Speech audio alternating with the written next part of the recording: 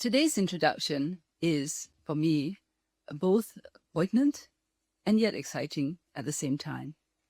It's poignant because it means having to leave the residents of Tanjong Pagar GRC, especially those in the Tanjong Pagar Tiong Bahru division.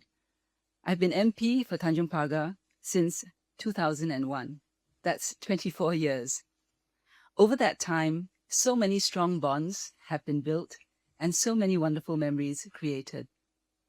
To the Tanjong Pagar residents, I just want to say that it has been an honor and a privilege to serve you all these years, and I thank you for the support for me and for the PAP. It's not easy to leave Tanjong Pagar.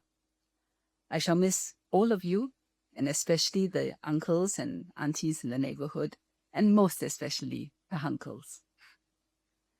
However, you can be assured that the PAP will field a solid team in Tanjong Pagar, and if elected, they will do their utmost for you. At the same time, being fielded as a PAP candidate for the new electoral division of Pasir Ris-Changi brings a new opportunity to serve. As I'm new to the residents of Pasir Ris-Changi, I should say a few things about myself. I'm a lawyer by profession and practiced in the private sector for 25 years before joining government full-time in 2012. What am I passionate about? People. And in particular, building strong communities where people care about one another and where they look out for each other, where you know that you're not alone and that there is always a helping hand. I think residents of Pasir Ris-Changi would also want to know, what would be my focus if elected? My focus would be on the residents here, your needs, your aspirations. And I would also look at how to continue to improve this town, building on the good work that SM Teo and 2M Maliki have done. Let me highlight 3 areas in particular. First, I know that top of mind for residents is cost of living and jobs. I'm already involved in addressing these at the national level because of my work at the Ministry of Finance, and I will push for support as long as it's needed. I would also like to do more on this at the local level for the residents of Pasir Ris-Changi. Second, I would also have a strong focus on families. I believe that families are important. They are at the heart of everything that we do. At the national level, I've been working with Senior Minister Teo Chee Hean over the last 5 years. We increased the baby bonus cash gift, we enhanced the child development account, we introduced 10 weeks of shared parental leave, and the large family scheme. However, I also want to do more for residents at the local level in terms of amenities, facilities, and programs that are family-friendly. Third, infrastructure. The first thing that struck me when I did my recce or reconnaissance around this area was the amount of construction going on. Now, all this is evidence of development for the town. I thank our residents for their patience and understanding as these major infrastructure works take place. When done, Pasir Ris and Changi will be much better connected by road and rail. However, we will also look at the last mile issues, how to plug the infra gaps at the local level to make moving around easier for residents, and how to reduce disamenities in the meantime. And finally, if elected, we will look at what connectivity and amenities we can bring to the Changi area and the residents living there.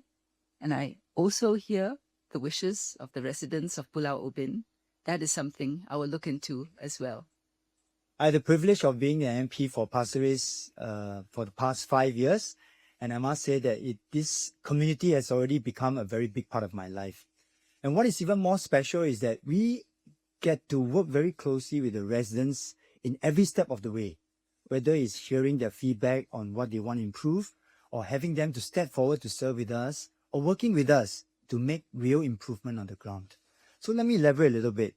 First, on speaking up and getting their feedback, I had the privilege to walk around through house visits, through attending the wakes, through the many events, and also the chit-chats with our residents, to hear directly from them what are some of the issues that concerns them.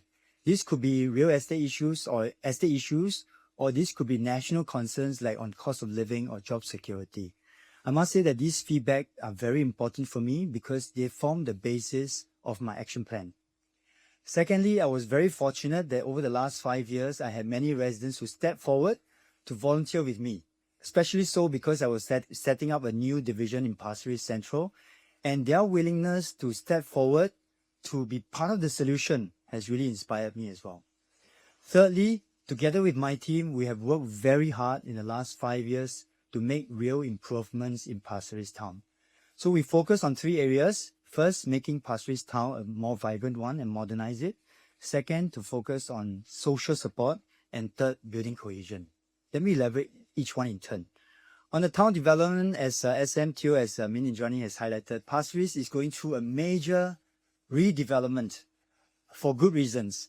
And in the process, you can see that we have the Cross Island Line project going on. We have a new Pasir Ris Mall. We have a new polyclinic. We had a new bus interchange, which will open this weekend. So these are developments that will benefit all our residents here in the longer term. But our focus is to make sure that all these benefits will not be offset by the transitional inconveniences. And also, I would like to thank all the residents for their support and patience. So that's one important area we will continue to step on it. Second part is on social support, making sure in Pasir Ris we leave no one behind. And here we focus on 2 important areas. First, how to deal with the immediate cost of living concerns. We roll out quite a number of care stores. We roll out food distribution, bread runs weekly, free tuition, free haircuts, and so on. And as well as in the job side, we also set up Project Success, and more recently, a career networking opportunity for PMETs. These are important initiatives to help ensure that no one gets left behind.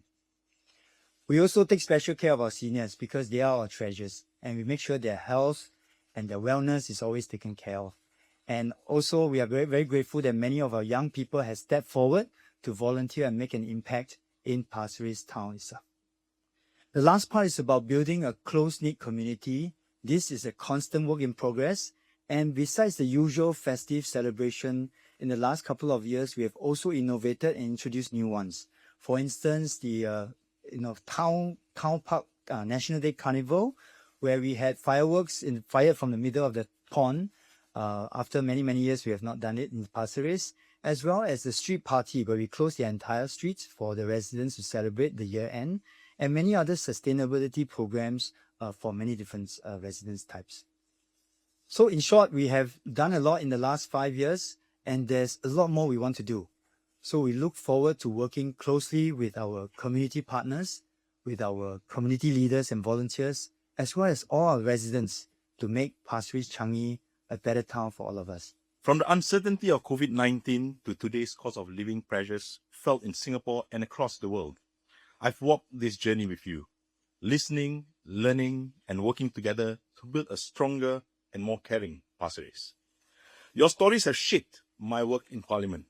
I've spoken about the cost of living pressures we face, championed stronger support for caregivers, and I'm heartened that the home caregiving grant has since tripled to $600, and pushed for fairer housing access for young families. I've advocated better protection for gig and lower wage workers, especially in healthcare and housing.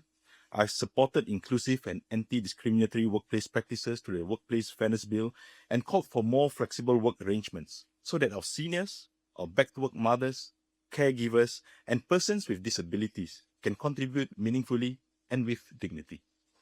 To me, policies must serve real lives. That's why I've spoken up for children with special needs, promoted digital inclusion, fought for fairer DSA access, and called for stronger support for disadvantaged students. Like many of you, I worry about rising costs too, for families and businesses. And I also think about our children and the future we're building for them. I want a Singapore where they can dream bigger, find success in whatever they set their mind to, and find meaningful opportunities in a thriving economy. To get there, we must stay competitive, open, and be forward-looking. I've championed efforts to prepare Singapore for global shifts like BEPS 2.0 and rising tariffs, and supported initiatives like the refundable investment credit and workforce upskilling.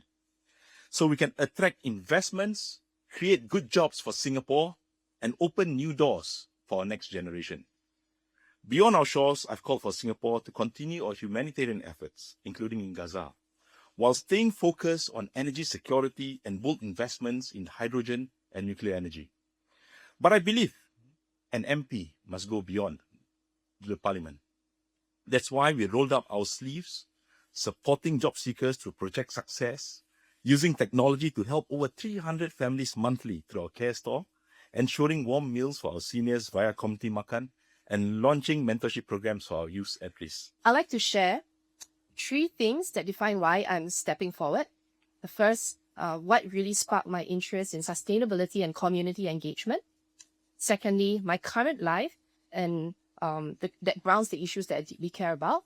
And thirdly, I realized through my years of volunteering, I've come to the conclusion that the best ideas doesn't come from the top, but from the grounds up, from Singaporeans themselves. And I love bringing those ideas to life. Currently, I have a 2-year-old who is my world, but my journey to motherhood wasn't easy.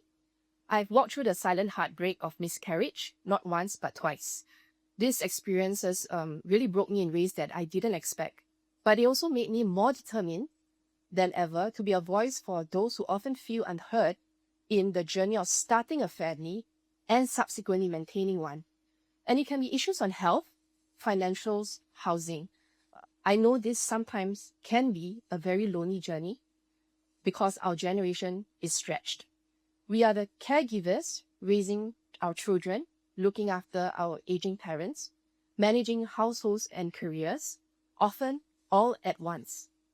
We face the global phenomenon of rising living costs, competitive job markets, and the quiet unspoken pressure of holding everything together. So yes, our generation is stretched thin, but we are also very strong, innovative, and deeply caring. And most important, we demand better, not just for ourselves, but for our next generation. So people awake at 3 a.m. with a screaming toddler, then waking up early in a few hours' time to send them to childcare, rushing off to work, and in the middle of the day having to be with their parents at a medical appointment, all while trying to hand out an assignment at work. I feel you. And people who want their children to grow up in a Singapore that is green, that is fair, and full of opportunity, these are who that I want to represent. So I'll go on to my last part, recounting my years of volunteering, 8 years of volunteering. I've seen really through these years of volunteering how great ideas don't just come from the top. In fact, most of them come from everyday Singaporeans. And I love turning those ideas into action because I believe that real change actually starts with a conversation. I thrive on creating these moments, connecting needs to action, linking ideas to implementation, and bridging people with policy. I hope to continue doing this in a bigger way for the residents of Pasir Ris and Changi and for all of Singapore.